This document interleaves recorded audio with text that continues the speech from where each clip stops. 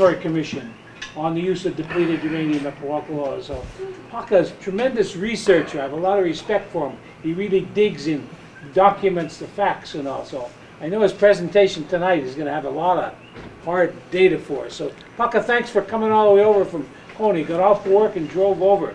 So I had to make some beef stew for us. Thank you, Paka. First of all, mahalo Jim for the beef stew. Pleasure to be here. Mahalo everybody for coming out to listen to us tonight. And I just want to shout out to the people that helping all the folks that's been affected by the volcano, the new fissures that's been coming up. And my sympathy goes out to all of them. I can't imagine losing my home and everything. And I know a lot of folks out there have no insurance. And basically their life savings is gone and they're sitting out there empty-handed. So I hope we can find some good solutions for them quickly so they can get over this hardship and move ahead with their lives. But before I start my presentation, I'm not really going to focus on RIMPAC itself, but I'm looking for solutions. We've been going through all these various issues, problems and things for decade after decade, and we appear to be doing repetitive things, demonstrations, protests, and things like that, and doesn't seem to be working very well for us. So I'm looking for better solutions where we can actually get something done. But Kealoha mentioned Northwestern Hawaiian Islands, Papahana Mokuakea National Monument, the expansion. And I actually drafted the plan that led to the designation of the Coral Reef Ecosystem Reserve in 2000, which was the largest marine protected area in the world at that time. And then George W. Bush decided to lay a monument designation over the reserve. Basically, in my personal opinion, to promote his eco-friendliness, which is absolutely false, but he went ahead and he just threw that monument designation over the reserve. And the reserve protected the waters basically from 3 miles offshore to 50 miles. And the state of Hawaii controls 3 miles to the shoreline. And the expanded area expanded the monument protection from 50 miles out to 200 miles, the exclusive economic zone. And the fisheries, federal fishery management, longline fishery has been now excluded from the area, which is, I think a lot of the local fishermen are grateful for. And there's thousands of miles of line they can lay every day in the water, millions of hooks. So at least it leaves a little corridor where more fish can get to the island where the local community can benefit from those fishes that get here. And if you go and look at the executive order that expanded the monument, there's an armed forces section. You look under that, under numbers 2 and 3, it states something like if the military causes any harm out there, they need to mitigate or repair the damages. There was never anything like that before. They had totally free reign out there. They used to bomb the islands. Uncle Buzzy Agard, old-time fisherman, he used to have an exclusive lease for Turn Island fishing out there. He had an agreement with the military, maintained the runway, and he had exclusive access to the fisheries. And he thought he was in nirvana, he calls it. He thought he was going to become a millionaire, and he was very surprised. Within a year's time, they destroyed the fisheries around the entire island, and in the several years that he remained there, the fisheries never did return. And that's because those islands out there are very low, with low nutrient flow into the ocean, so it doesn't supply a large ecosystem like we do here in the main islands. But the expansion did do some stuff, and unfortunately, we're in a situation, the reason I wrote that plan was because I was involved with WestPAC, the Western Pacific Regional Fishery Management Council. I was the president, the chairman of the First Native and Indigenous Rights Advisory Panel to them, and I became a member of all 6 advisory panels, trying to figure out how they manipulate the process and how it all works. And the Hawaiian monk seal was starving because of the lobster fishery. They were destroying the lobster stocks. When they first started, they would catch an average of 5 lobsters per trap, and towards the end, it took 5 traps to catch 1 lobster. And they drove the population down so low that the Western Pacific Fishery Management Council is basically run by the large-scale fishing industry. So they sit in top positions in that Fishery Management Council.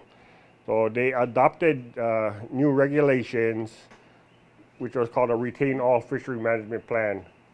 They reduced the lobster trap mesh. It was 2 inches by 2 inches, approximately that large. They reduced it down to 1 inch by 2 inches, skinny like that. And they allowed themselves to keep every lobster that entered the trap. Nowhere else I have ever heard in the world where they allow the retention of buried females.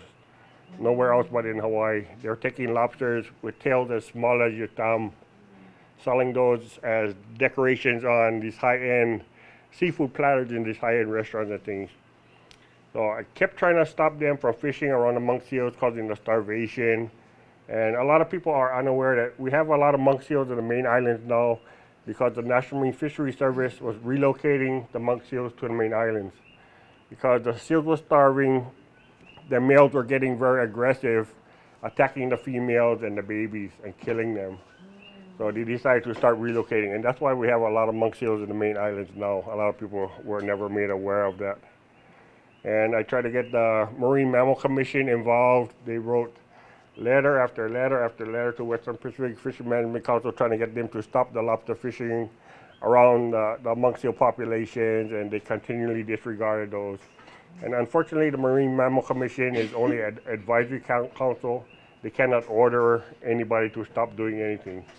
So the National Marine Fisheries Service basically is the rule-making, policy-making agency of the federal government, and the Western Pacific Fishery Management Council was run by the executive director. Her name is Kitty Simons for the past several decades. And although she's merely an executive director of a fishery advisory council, her income is higher than her boss, the Secretary of Commerce. She's paid higher than the Secretary of Commerce. So how does the executive director of a fishery advisory council make more money than the Secretary of Commerce? But in her younger years, she was an aide to Senator Daniel Inouye, and he pretty much supported her along the way. So she could get away with murder, and he would be her insulation. So the only way I could see of getting control of that area away from them was to write a plan. And the only way for that plan to actually move forward is we needed a large number of people. So Hawaiian organizations, environmental organizations from Hawaii got together. I put up that draft plan. It was a PowerPoint. We went line by line, and we had kupuna fisher people, environmentalists, ocean-related tourism people. So I wanted to try and get a plan together that everybody could agree on, and then we pushed that forward as the community's plan. And then we solicited support from large NGOs up in the United States. And to the point we got over 5 million supporters for that before introducing it to Washington, D.C. And we made a few trips up there, and I was not very surprised that some of the federal agencies was also looking for some kind of solution to stop Westpac from being the out-of-control child that they was. So a lot of the federal guys was kind of glad that the community came up with this plan. And I feel kind of bad. I know we living under an unlawful occupation, but sometimes we're forced by our situation to use their unlawful laws to protect what we have left. And that's exactly what I did. And about the same time, I think it was 1999, the Department of Energy and 4 partner countries wanted to conduct carbon dioxide dumping experiments in Hawaii off Keauholi Point in Kona. So what they plan to do is run these pipes, pump liquefied CO2 into the ocean to see what would happen with that CO2. And this was all to support the carbon credit trading industry. They need to capture the exhaust from industrial smokestacks, and if you compress it, it liquefies it. And they wanted to find some place to hide that so they could address the global warming concern. And they wanted to charge industry for this. So they tried to find the cheapest way to hide this liquefied CO2, and they were dumping it in the ocean. And I did some research on that and found that they can put it in the ocean, but it's like what creates the bubbles in our soda. That stuff will eventually bubble back up and escape back into the atmosphere sometime in the future. And the scientists who created this whole thing, they admitted that that was in fact true. It would escape sometime in the future, but they need to address the problem now. So I accused them of creating a time bomb for the future. They didn't appreciate that very much, but I got the EPA involved and brought in the international laws of the sea, which prohibits the dumping of industrial waste, which is exactly what that would have been. And the Department of Energy, on their own website, they had a computer projected model. If they installed a large facility to dump CO2 into the ocean up near Maine, over a 20-year period, the entire eastern coast and halfway down South America, the marine life would be dead. Because that stuff dissolves calcium carbonate, which is what the shells of the shellfish is, the corals and everything are made of. So they know, their computer models already told them this is going to happen if you do it, and they were going to go ahead with that anyway. But we continued working against that, and everybody thought we was crazy. They said you never be able to beat a federal agency. So we wasn't about to give up. So we actually prevailed on that one. So they withdrew the proposal for Kona. Then a friend of mine, Dr. David Holtzman, he went to Kauai for vacation, and he saw a little ad in a newspaper. They were proposing to do it on Kauai in a former ocean dump site, which was basically the same thing. So him and I went to Kauai, and not to fight for the people there, but to show the people how to fight for themselves. Because if we fight for them, they're going to become dependent on people fighting for them, and we don't need that. We need people to know how to fight for themselves. And so we went over there, we taught them, we brought the EPA in and everything, and the project was shut down on Kauai. Then one of the partner countries was Norway. So they went to Norway. The Norwegian, by the time I found out, the Norwegian government had already approved the experiments to occur there. And Greenpeace International called me up, which I was very thankful for because I don't know how to speak Norwegian. I don't have money to get to Norway and fight that thing. And so they called me up and asked, how do we beat them in Hawaii? So I sent them all the information I had, and I told them, the Norwegian government has already approved these experiments to occur in the fjord over there. So my advice to you is get permission from the government to take your ship into their harbor, invite the government officials aboard your ship and give them a presentation, particularly the international law of the sea violation. So they did that, and the government at that point rescinded approval, so it stopped in its tracks right there. And during the years that we went through that, we were trying to encourage them to, they call it carbon dioxide sequestration. Sequestration is locking away forever. And putting it in the ocean is definitely not locking it away forever. So we encourage them to pump it back into the oil fields where they pumped out the oil that created this carbon dioxide. And so they decided to give that a try, and they found it actually useful. They can do strategic drilling, pump that stuff in, and they can push the oil that's trapped in the rocks into collection points so they can get more oil out of the ground. So, and that actually locks it up. So there's some of the things I've been involved with, and I need to apologize to my kids because I haven't been that great of a parent because of my involvement in all this kind of stuff. But what I'm trying to do is make a better world for them and our future generation. But anyway, so I want to move on to my presentation. So I don't want to talk about RIMPAC. So this is the 26th RIMPAC. It's not something new. It happens every other year here in Hawaii. And what it is basically new products and trade show for military technologies.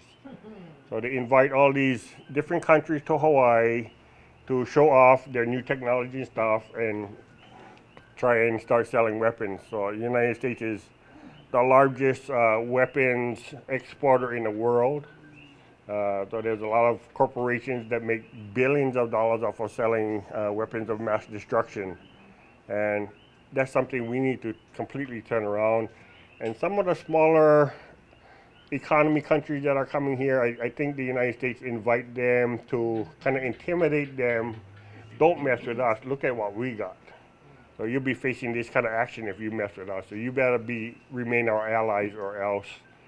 And I think it's a very dumb move on the United States' behalf by disinviting China to participate in these games, because China, I think, will become the next global power.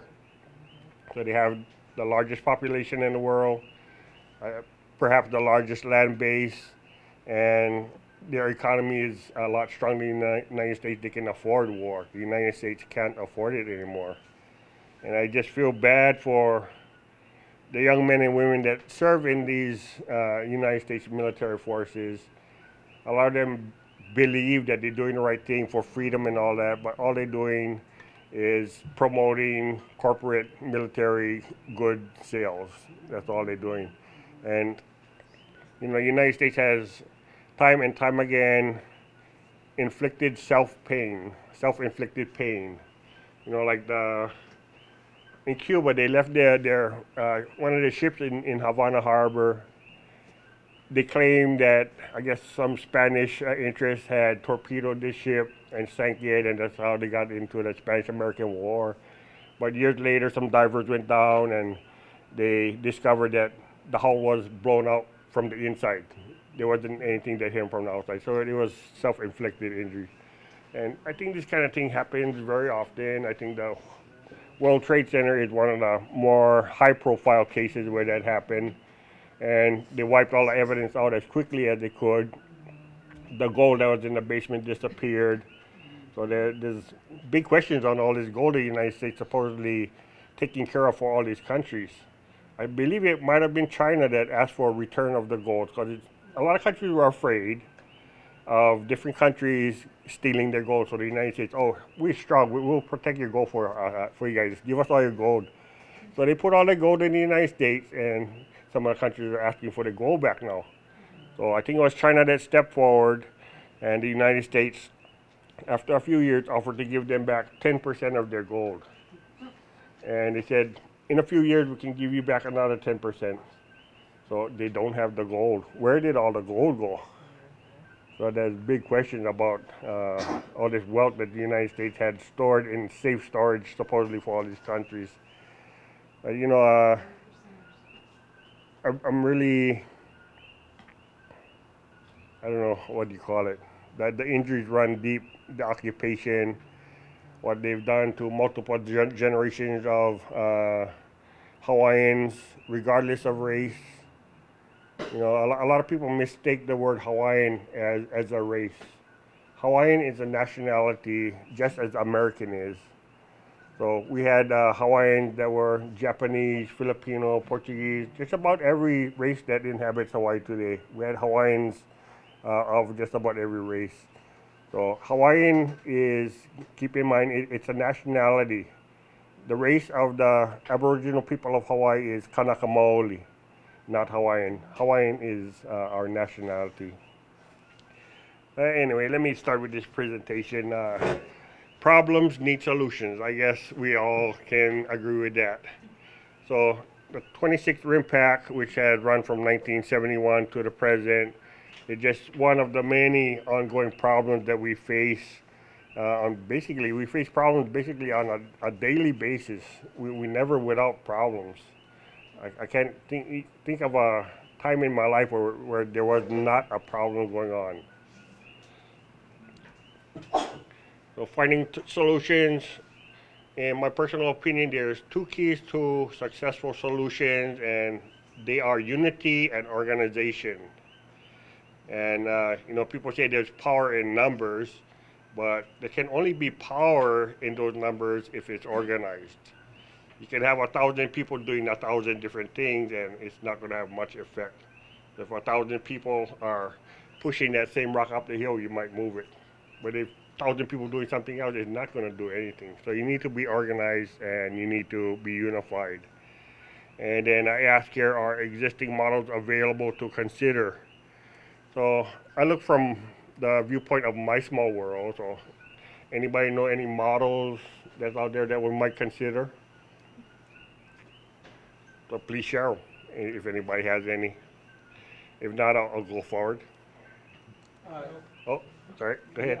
And they actually captured 15 police and took away their guns, I assume when they painted them with the slogans on, and actually returned the rifles, I assume without ammunition, because they're refusing to react. They said, my wife has now escaped from Nicaragua as well, just a few hours ago.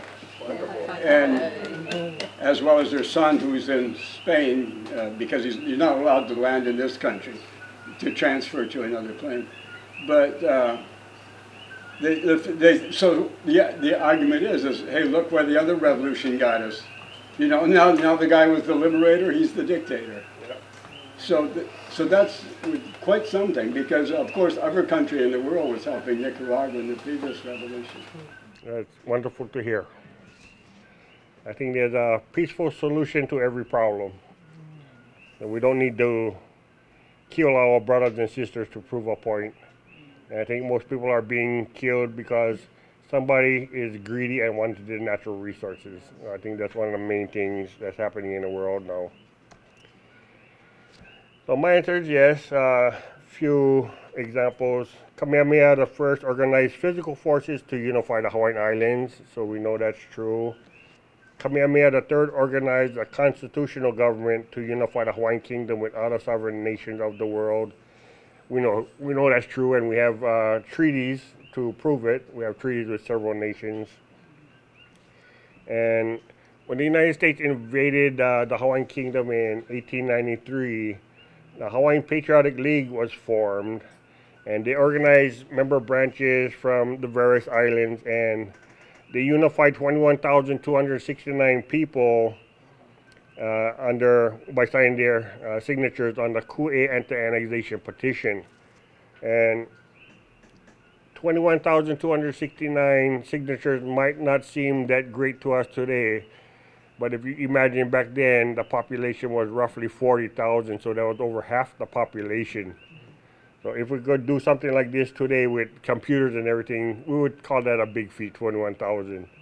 But they did it back then on foot, horseback, going island to island on canoes and ships, and they did this manually. And something like this would be difficult for us today, even with our computers and Facebook and all that stuff. So there are examples of things that have been organized and unified to accomplish or bring a solution to some problem. Oh, sorry, pressed the wrong button.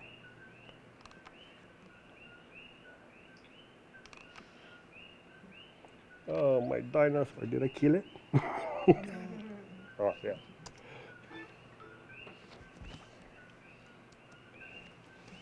Okay, now I want to just give you a brief history of the Hawaiian Patriotic League, and it began with the adoption of its founding constitution on March 4, 1893, under the leadership of its president, Joseph Navahi.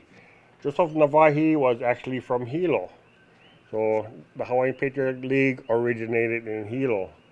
They held their meetings in the old Salvation Army building here in Hilo.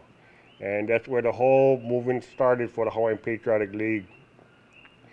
So Joseph Navahi was eventually put in jail where he contracted tuberculosis and died. And the next president that was elected was James Kaulia. So they had an amendment to their constitution under his leadership in 1897. And the Hawaiian Patriotic League voluntarily dissolved in 2001. And then I put a note here that when the organization dissolves, its governing documents, constitutions, bylaws, etc., are no longer binding on anyone, including the members that were part of that league. So the Hawaiian Patriotic League was reconstituted in 1997 under the leadership of Keanu Sai, Kau'i Goodhue, and Umi Sai. The reconstituted league adopted a constitution on April 3rd, 1999. The reconstituted league assumed the position of acting constitutional government of the Hawaiian Kingdom, with its members assigned to executive and judicial branches. So I don't know if anybody sees any problems with a group of people assuming the position of the constitutional government and appointing their members to certain offices, but I personally do, because the Hawaiian Kingdom has laws and we have a constitution, and in order to represent yourself as the government, you need to follow those laws and constitutional provisions. You can't just self-appoint yourself to a position like that. So they claim to have done so under the doctrine of necessity, and I've recently been told that the people cannot hold elections unless the government gives them the say-so. So they consider themselves the government. So we can't hold election to elect our district representatives to move the process forward to reestablish our government unless they say so. But I say if they did this under the doctrine of necessity, the people can do the same thing. You know, what's to prohibit us? So if we do that, are they going to enforce some kind of law against us?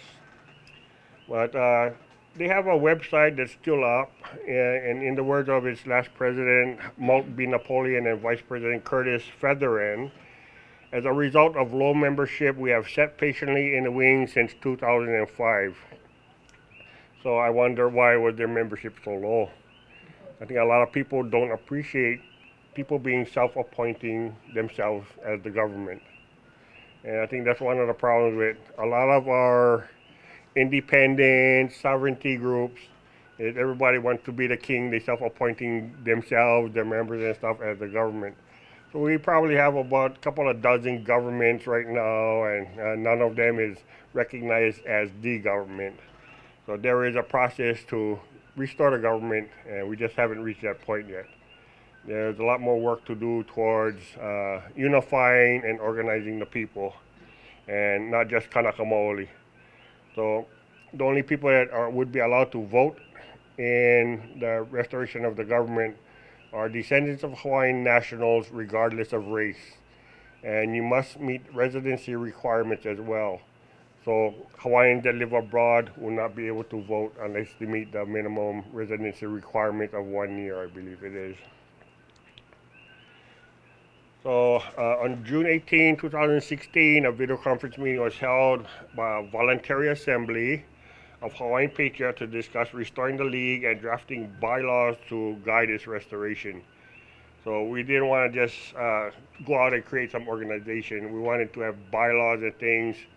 And believe it or not, back in 1893, the folks that created the Hawaiian Patriotic League initially, they operated under parliamentarian procedures.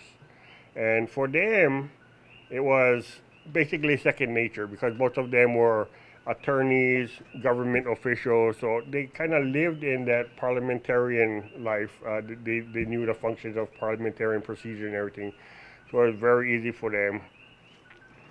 And let me continue. On August 13, bylaws were adopted and officers were elected to serve on an interim council tasked with restoring, and this is the official name from back in 1893, Ka'ahahui Hawaii Aloha Aina, o Ko Hawaii Pai Aina.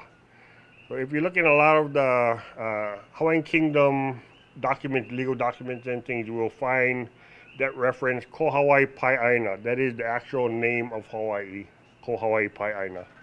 And in English, it's translated to the Hawaiian Patriotic League of the Hawaiian Islands. So we use the abbreviated form Kaha'a as our acronym. Including Papa. Yeah. On January 14, the Interim Council, 2017, the Interim Council adopted a code of ethics for Hawaiian Patriots. So we felt that behavior in group setting was an important thing. So, you know, there's been meetings and things where people have stood up and start shouting and interrupting other people and stuff like that. And we don't need to be behaving that way. You know, we need to respect other people. So they might not think the same as us, but they have the right to think the way they want to think. And if it's their time to speak, have the courtesy to hear them out, and they should reciprocate and hear you out when it's your turn to speak.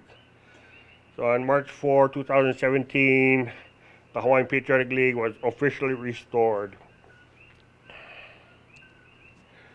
And from August 4th to the 6th, 2017, the first annual convention of the league in more than a century was held at the Kanaina building on the grounds of Iolani Palace. It was a very historical moment, and we visited the Queen's bedroom in a private visitation at night. They did a special session for us at night. So we went there, and it was a very spiritual, very touching moment, a lot of tears.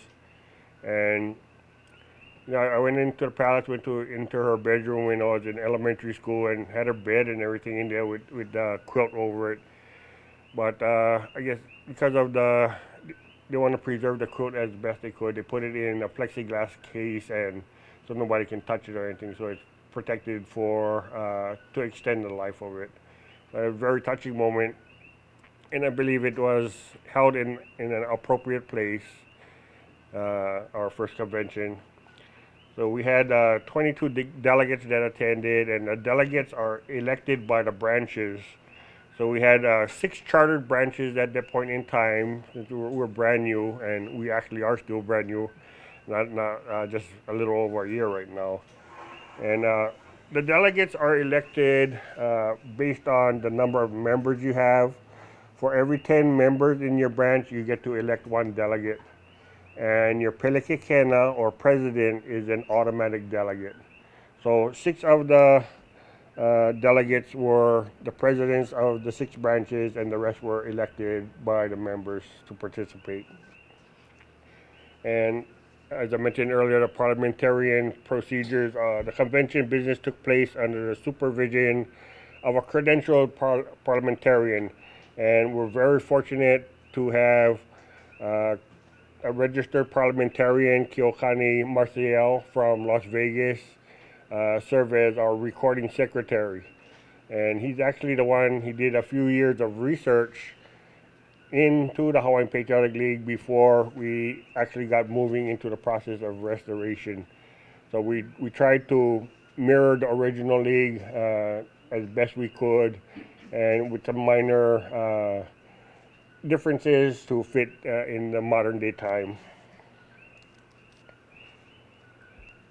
So nine of the convention delegates were elected to serve as the officers of the league's central body as prescribed under the bylaws. So the central body is the primary officer that kind of control what's going on, carries out the work and things like that. And our officers come from all of the different branches. Some of the branches have multiple officers, like the branch I serve is the Waimea branch. I'm the president of the Waimea branch. And Kainoa Stafford is the treasurer for the Hawaiian Patriotic League, and he's our vice president. And this is his lovely wife, PE, over here videotaping. Mahalo, PE. And so some of the branches have just 1 officer. The president of the Hawaiian Patriotic League is Leilani Lindsay Kaapuni. She's also the president of the Hilo branch. So I'm glad that we elected Wahine as the Pelekekena, which is very fitting because our last queen was the Pelekekena. And I think, from my personal perspective anyway, women are better leaders. I think the men have a problem with our egos. So I think if the world was led by women, I don't think we would have as much problems as we do now. Women are experienced in childbirth. We men have no idea what that entails. We think we're a big part of it, but actually we're not. So I would support a world run by women, all countries run by women, personally. So I was the chairman of the resolutions committee, and 32 draft resolutions were submitted, 31 were adopted during convention. But having sat through the past year following the convention, thinking about the resolutions, we created a lot of work for ourselves, and we could have done that without resolutions, so that was kind of a waste of energy. But we did create a lot of resolutions calling on the halt to bombing at Poakaloa and several other things. So that's something that we at least can get on record, that we continue to resist the occupation. But a lot of things I think we need to rethink in the process of this. So this resolutions idea came from, I think, basically Kale Mailiali'i, which is one of our branches. They were a Hawaiian Civic Club branch, and they resigned from the Civic Club because the Civic Clubs are going in the wrong direction towards supporting federal recognition, and they even, I believe, they pledge allegiance and sing the American songs at the conventions. And this is the Hawaiian Civic Club, which is really bizarre.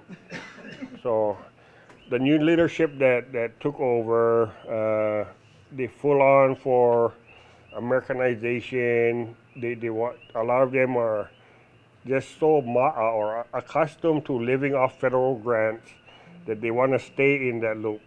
It's like their meal ticket. So they don't care the negative effect on the rest of the people. As long as they get their federal grants, they're happy. So a lot of this is based on money. So money is, like a lot of people say, the root of all evil. So, we had the object in our bylaws, which is like the purpose. It was amended during the convention, and I wasn't very happy with this, but the majority rules. So a lot of this influence came from some of the folks that support Keanusai, which I'm not against them supporting anybody, but a lot of people, I guess, don't trust him or don't subscribe to a lot of things he does. But everybody had to do their thing, and he's doing some good work out there, along with Leon Seal and a lot of other people. So I have nothing against what they're doing, but when they're trying to insert a lot of his language into things, I'm not too happy about it. But you can read the object for yourself here. The object of this league shall be to affirm the continuity of Hawaiian independence. That was basically what our original one was, as well as to restore Hawaiian national identity. To exert all peaceful and legal efforts to secure for the Hawaiian people and citizens their civil rights, and to ensure that the United States of America complies with international humanitarian law. So I asked myself, how can we, as a small group of people, ensure the United States of America is going to comply with international humanitarian law? We're basically powerless to do that because we're such a small number of people. If we were a few 100,000, we might be able to affect some change in that direction, but that won't happen, not under our current conditions.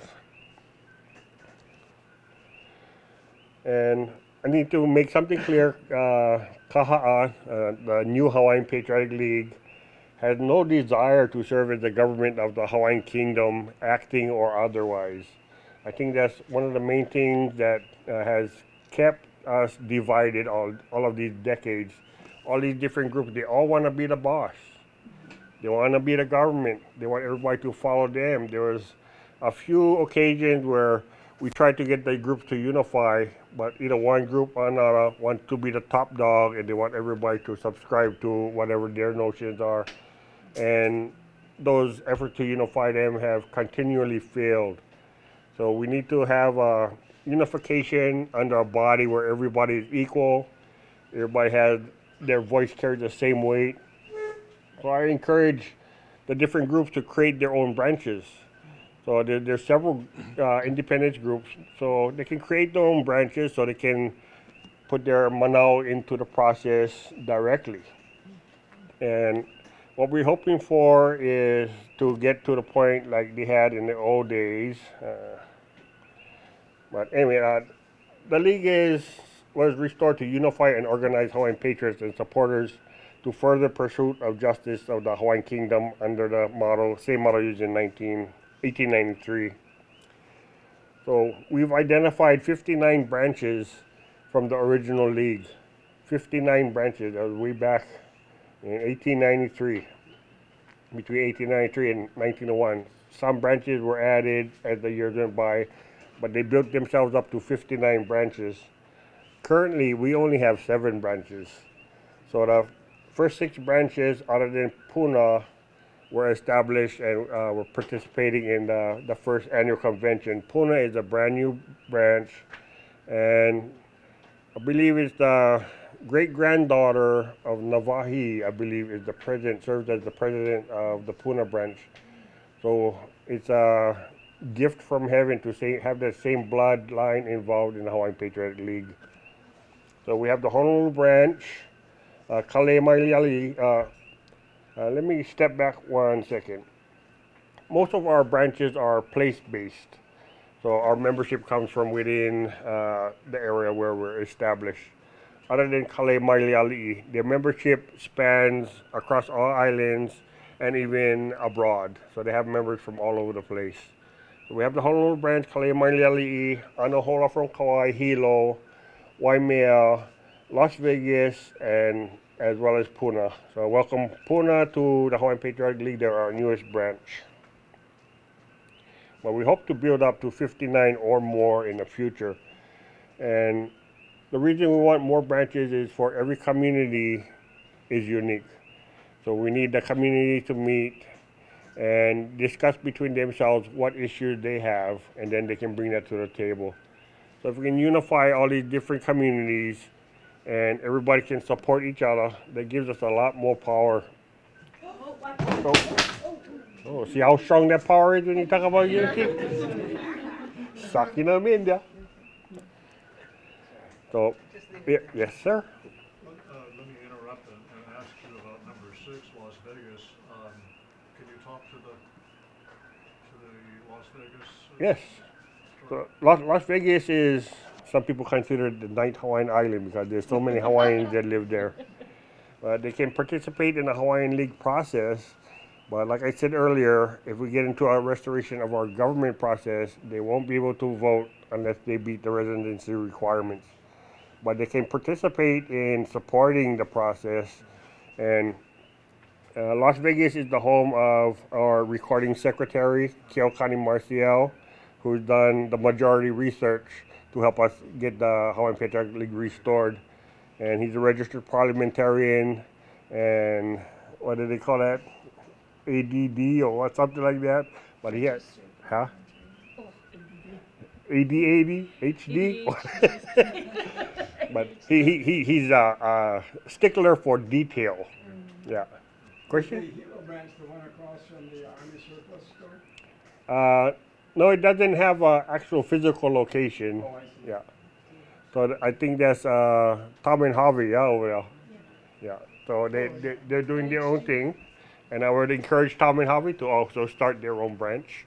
So they have a lot of followers, and yeah. The Puna guy is still in jail, I think. I'm not sure who with them, but Gene Kamashiro. oh, Gene. Well, I just saw an email from him a couple of days ago, but Just saw Gene. yeah.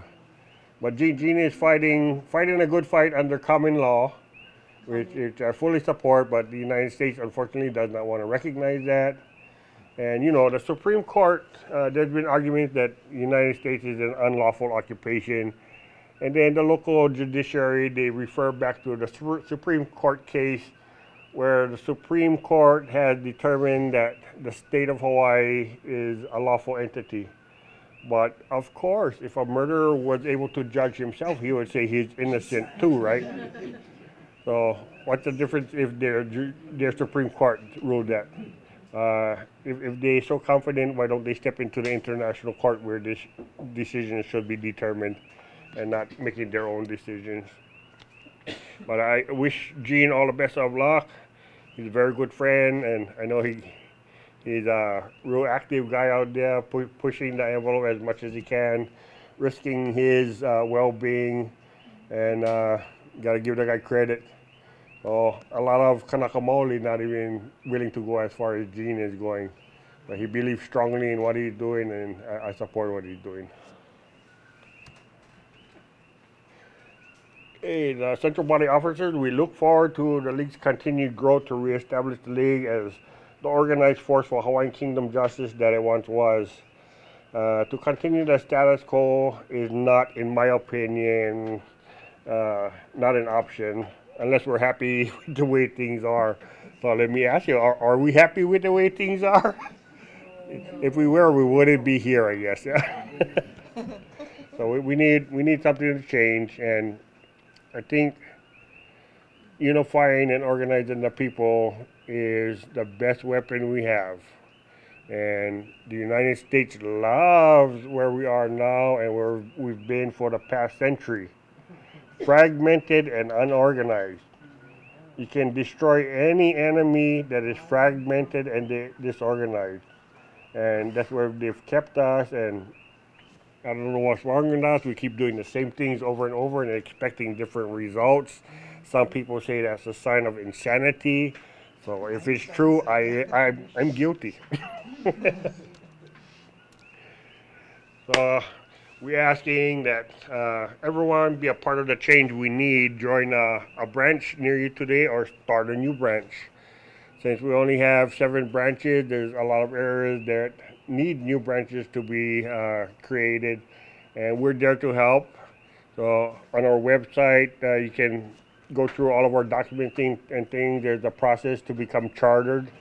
So you can't just create a branch and then call yourself a Hawaiian Patriotic League branch. You need to be chartered and approved by during convention is usually how it's done, or by a meeting of the central body officers.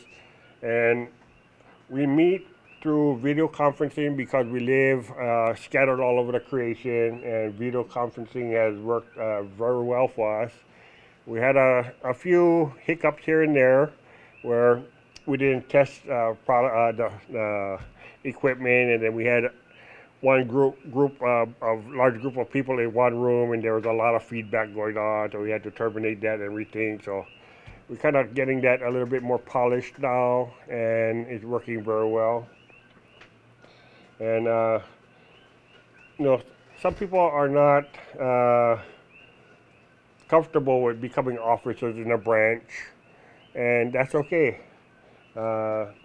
Just be a part of it. Share your concerns. If you have solutions, share the solutions. But it's all a part of the people. You have a question, P? Somebody online asked a question. Oh, what? Hello, somebody online? Hika Lomi Wayalai. What is your position on voting in an occupied country? Well, personally, I don't think we should be voting in the process because we are a very small block of voters, because so many refuse or boycott their vote. But if we unified the people and organized the people, we could take over the existing governmental process. So I think we make up the majority, and when it comes to that point, I wouldn't mind giving it a try. But other than that, right now, we're on the minority side, so I think it's kind of a waste of time. But that's just my opinion. Other people think differently. And, I kind of view it as a weapon. That's a weapon that we could use. Unfortunately, we're just not very proficient at using that weapon yet because we're so fragmented and so few of us are willing to actually participate in that process. And then some claim that you lending validity to the occupying government by voting in their process, which I think is not a valid argument. So there's arguments on both sides. I can support and oppose. So I don't know if that's the answer you're looking for, but that's my answer. Mahalo. Second question. Yeah, more questions. Membership of the league. Membership of the league is open to any Hawaiian Kingdom patriot or supporter for justice for the Hawaiian Kingdom, regardless of race or affiliation. You can belong to another group or not. It doesn't really matter. So it's just bringing people together to support each other. So if your branch has a issue that is for a common benefit of the whole, everyone can get behind that. So rather than your small group standing alone, you'll have the whole Hawaiian Patriotic League behind you in certain issues. But it must be in the best interest of the whole and not just your particular group. Mahalo.